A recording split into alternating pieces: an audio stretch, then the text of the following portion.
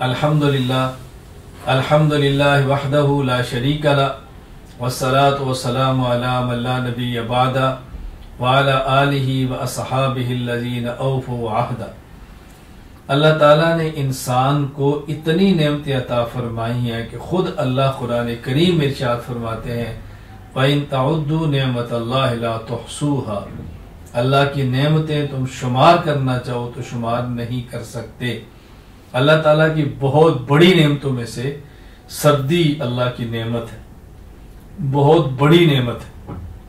इस हवाले से मैं अर्ज करता हूँ, सर्दी और खुसूसन मौसम सरमा, सर्दी का मौसम, सर्दी से मुराद सर्दी का मौसम।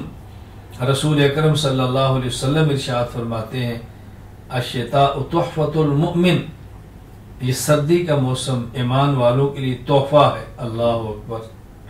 रसूल अकरम सल्लल्लाहु अलैहि वसल्लम ने अजीब बात इरशाद फरमाई है, अल्लाह अकबर। ताला लैलुहु फकाम, इसकी रातें लंबी हैं, मोमिन क़याम करता है, तहज्जुद पढ़ता है, नवाफिल पढ़ता है।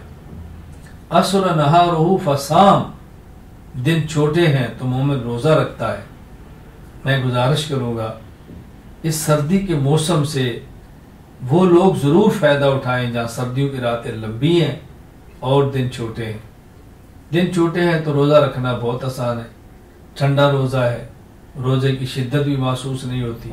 और रातें चूँकि लंबी हैं तो रात को नवाफिल पढ़ना, तहज्जुद पढ़ना, इबादत में रात गुजारना बहुत आसान रहता है।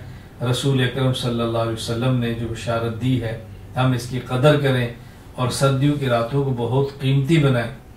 दुनिया बहुत मुख्तसर है, एक बार आए हैं, दोबारा इस दुनिया में नहीं आना।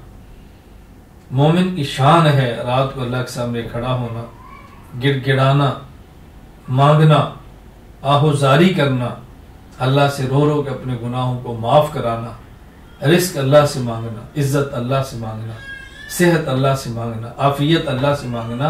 अल्लाह ही देते हैं, कोई अल्लाह के अलावा न रिस्क दे सकता है, न सेहत दे सकता है, न दौलत दे सकता है, न इज्जत दे सकता है।